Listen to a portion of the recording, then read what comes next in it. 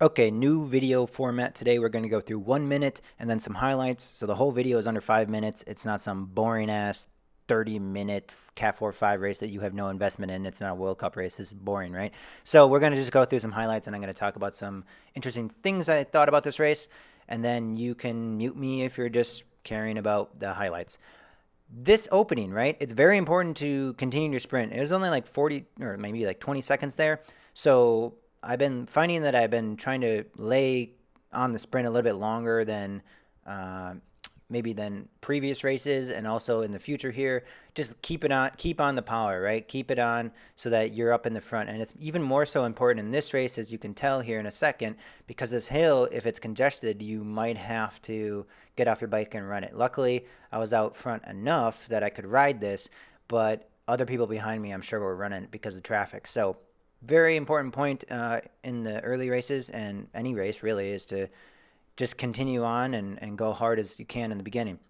And here's another example, first lap. I don't want to settle in, and I've been doing pretty good at this. I've been recognizing where it's not time to settle in yet, especially first lap. You want to just continue to move through the traffic and continue to move up and try to get up in that front group, because you can see here they're already on the right-hand side in the pinwheel, and there's maybe like 4 or 5 guys ahead of me.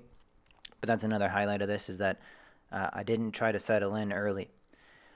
This other defining portion of this track was the sand pit. I'm stuck behind this guy, so I didn't get as much speed as maybe I needed to. There's also not very deep ruts in the beginning of this race because it hadn't been ridden quite enough. So I rode maybe 3/4 of the way and had to jump off. But we'll talk about the sand pit in the future. There was also this pinwheel portion. Early in the pre-ride, there was some more experienced guys saying go wide. So, you know, you do the whole roadie thing. And I'm getting heckled here by someone saying, oh, we got a roadie. Well, of course, you know, you go wide apex wide.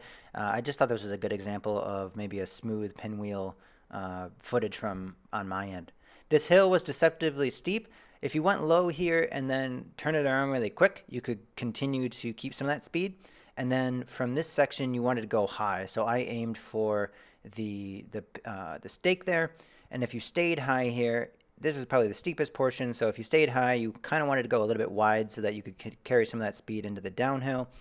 And this downhill, you could go pretty fast. There's a little bit of a ditch at the bottom, but it was to my advantage, a bigger guy, to go as hard and fast as I could here and not to really let up. So I tried to not let up as much as I could, and this corner was pretty wide, so you could take it and hit it pretty fast.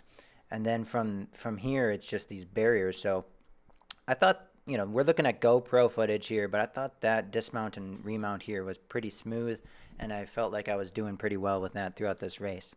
But we're back for round 2 into the sand pit. Let's see if I can make it. I don't think I downshifted enough early in this race, so this is the second time, and I also don't think I gunned it as hard as I could here. But I also didn't pick maybe the deepest rut.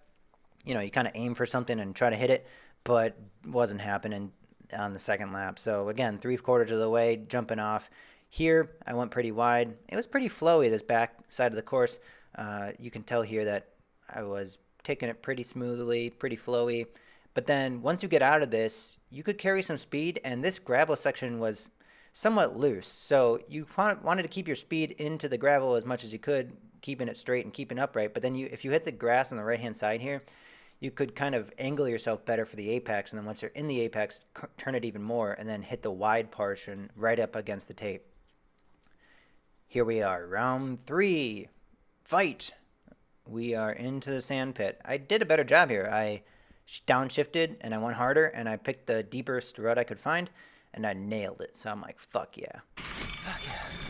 But Paul Ducombe is still chasing. So now we are the very, very last lap, and I'm about to crest this hill, and then oops, there's somebody here. So we're going to have a fun little ending to this race. I always love this, right? You get to the last little bit of the race, and you're like, okay, I'm not by myself. I actually have to sprint. It just makes the race so much fun at the end, especially if you win it, which, spoiler alerts, I do. And the reason here is sand pit attempt number 4 or 5, whatever race we are. He goes right, I go left, and he borderline crashes into me, and I was like, man, I saved it by like inches. I swear I was going down, but I rode it, got through it, was pretty happy, really tired afterwards, and then basically he caught up slightly from that point, and just enough that I had to put a little bit of a dig here to keep the sprint going, just looking back, and I made it. So hopefully you like this format more than a full race. I'll also post a full race if you want to watch it and you're bored on a trainer, but yep, this is what we're doing.